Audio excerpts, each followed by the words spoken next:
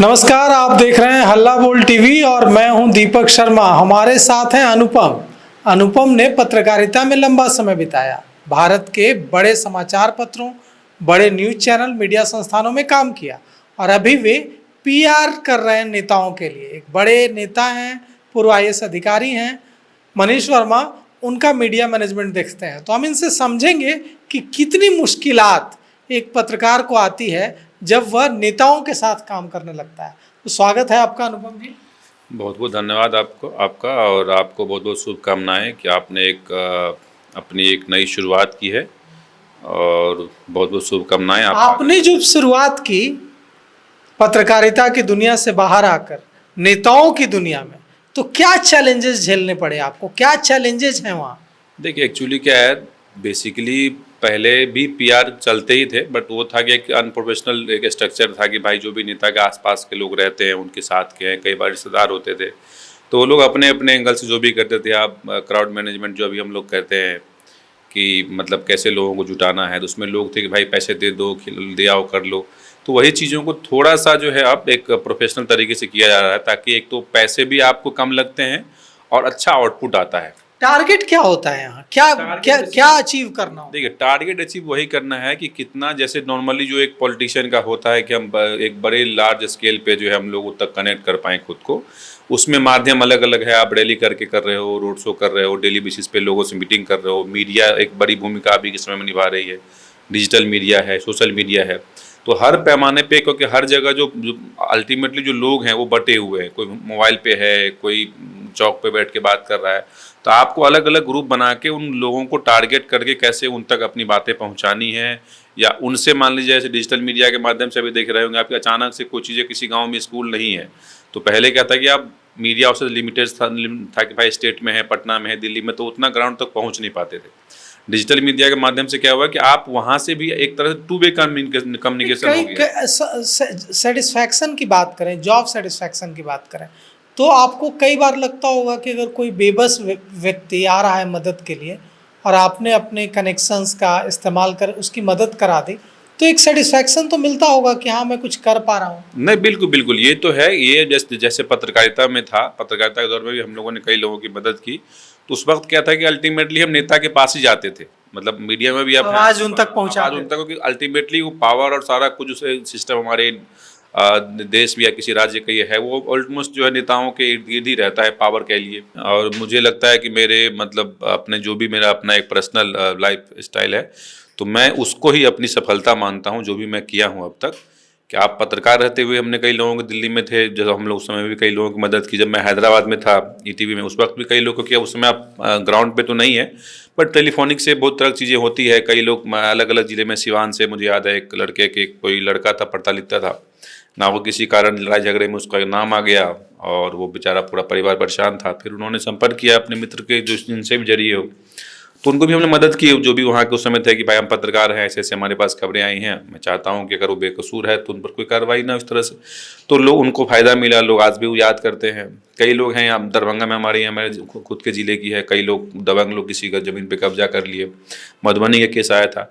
तो लोगों की मदद करते हैं और जब वो सामने से आके बोलता है तो एक बतौर पत्रकार भी चीज़ें थी, क्योंकि अल्टीमेट उस टाइम भी हम लोग भले अधिकारी के जरिए हो, अब क्या है कि पहले अधिकारी को हम लोग टच करते थे, अब बतौर पत्रकार अभी ये हो गया है कि नेताओं के साथ हम डायरेक्टली काम कर रहे हैं। तो प्रयास करते हैं, क्योंकि अल्टीमेटली पॉलिटिशियन ऑलरेडी ये काम कर रहे हैं, वो है कि हम एक जरिया है, तो जो लोग हमारे से हमसे जुड़े हुए जो लोग हैं उनको आसानी तक, उनको वहाँ तक पहुँचने में आसानी होती है। मेरे जरिए आसानी, जैसे मान लीजिए अगर आपको अभी मनीष जी का इंटरव्यू करना है, या किसी भी पॉलिटिशियन जहाँ जिनके साथ मैं काम कर रहा हूँ उनका इंटरव्यू करना है, उन तक कोई बात करनी है, तो हो सकता है ऑफिस जाए तो आपको बोल दिया जाएगा कि भाई कल कर लो, परसों कर लो, या आप आ रहे हैं, वो है ही नहीं।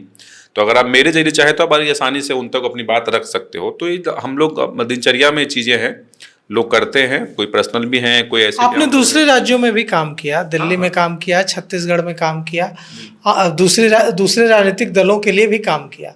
तो दूसरे राज्यों में काम करना और बिहार में काम करना, दोनों में क्या फ़र्क है? कितना ज़्यादा चैलेंजिंग है बिहार में काम? देखिए, चैलेंजिंग तो है, जैसा कि आप हर सेक्टर में जो चैलेंज हो, आप मीडिया में आप फेस कर रहे होंगे, या बाकी जो लोग काम कर रहे हैं, चाहे प्राइवेट सेक्टर में हो, गवर्नमेंट सेक्टर में हो, वो चीज़ हम लोगों के काम में भी है। एज अ पीआर का काम देखें, क्योंकि अभी भी आप देखो कि बिहार में जो भी इंटायर पार्टी है, खासकर जो रीजनल पार्टियां हैं, वो अभी भी पीआर की चीज़ों को बहुत ज़्यादा सीरियसली नहीं लेती है।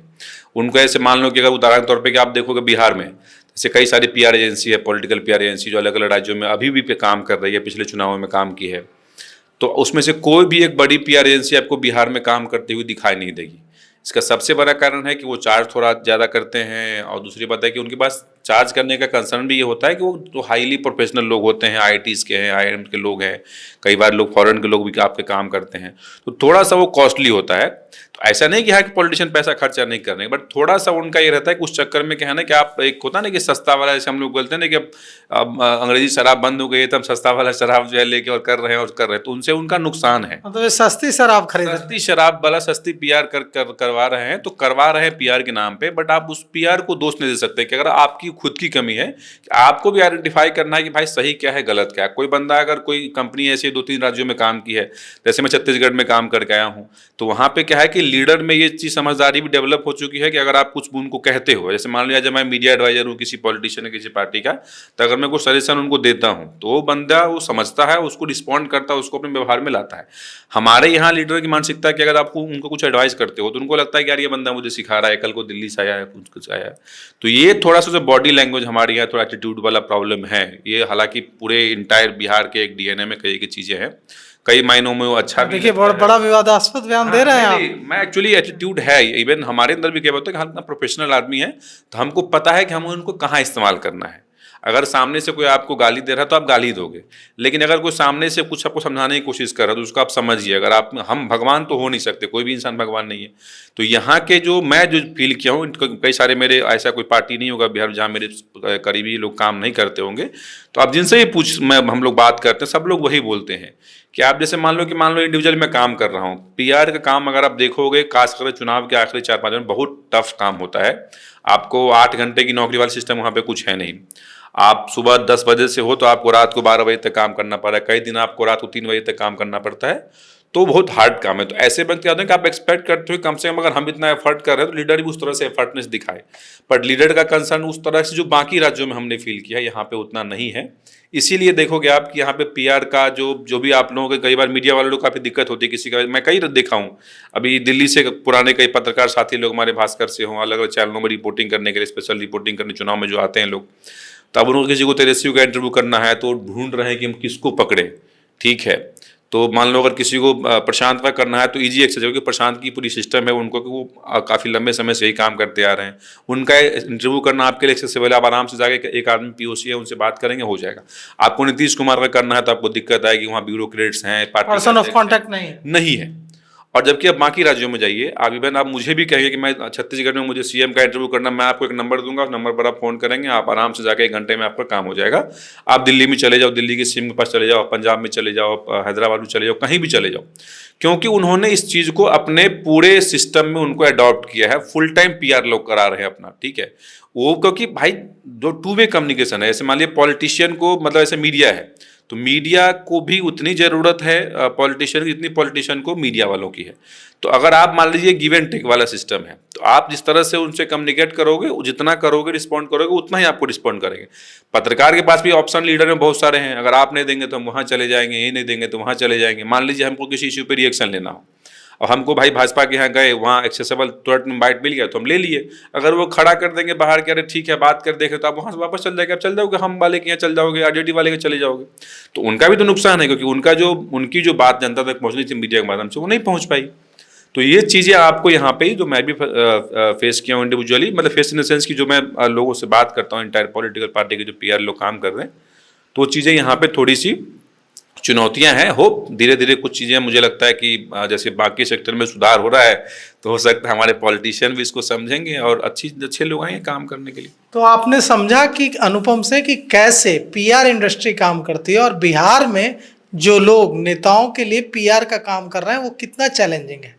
तो हमने अनुपम को सुना और इस मुद्दे पर और भी जो एक्सपर्ट्स हैं उनके विचार, उनके चैलेंजेस हम आप तक पहुंचाएंगे। फिलहाल इस पेशकश में इतना ही। आगे की खबरों के लिए देखते रहिए हल्ला बोल टीवी।